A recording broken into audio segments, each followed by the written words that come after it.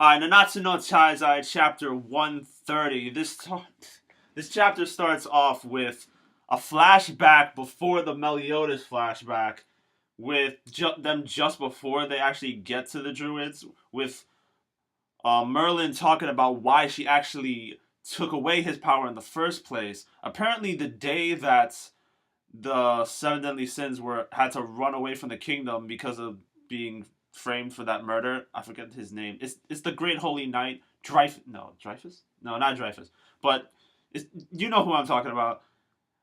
That day, there was a little girl who was trying to help them escape, and she got gravely injured, and Meliodas almost lost control of his powers. And it's so obvious that that girl is Elizabeth at a young age. The hair and the mere fact that they haven't shown her face makes it seem, yeah, it's Elizabeth. But that's the reason why he couldn't. I mean, that's why the reason why Merlin couldn't let him go wild inside of my god, Lioness, inside of Lioness, because then it would just end up just like Denethor, and Denethor is destroyed. Oh my god, Denethor is beyond destroyed. Denethor is a fucking black hole. But she makes this very interesting comparison.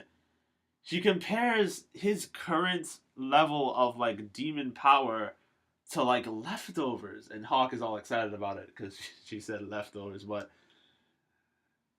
I wonder like what she means. Does she mean like his power now is the leftovers from a full course meal, or is it like a Toriko banquet size of leftovers where it's like this is nothing, that is an entire continent that we just ate?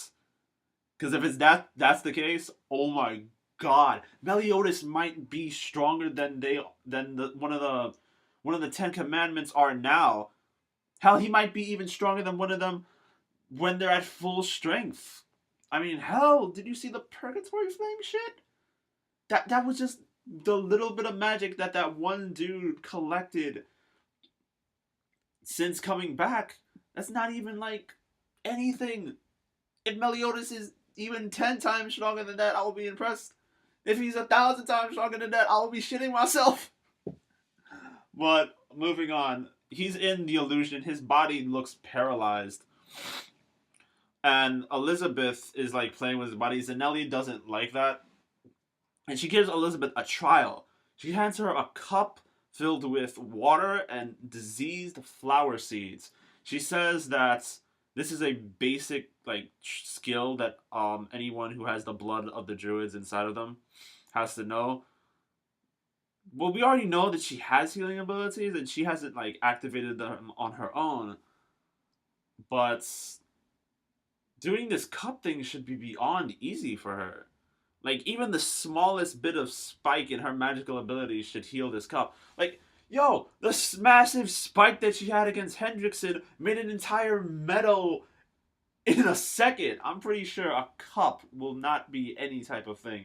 But while she's doing that trial, Meliodas is reliving that last day in Danafor from the I guess the beginning of the day and to the end just before the Liz's attack. Oh, and there's this bird there. I remember how Meliodas mentioned how he had a pet bird that sounds like Hawk.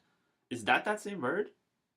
I really hope it is, because I have this strange feeling that that bird's soul is now in Hawk, which is why Hawk is named Hawk, not anything else. But that's not even a hawk. That looks like a seagull. It's weird, but fuck it. But he's reliving this torture, and I saw the massive spike in his demon power. I feel as if that spike was just him awakening his demon power, not even him using it, which is disturbing. Like, yo, it's some curse mark shit. Yo, it's awesome. But he's going through this trial. He's suffering. Zanelli says if he continues to go through this and fails, his mind and soul will be crushed.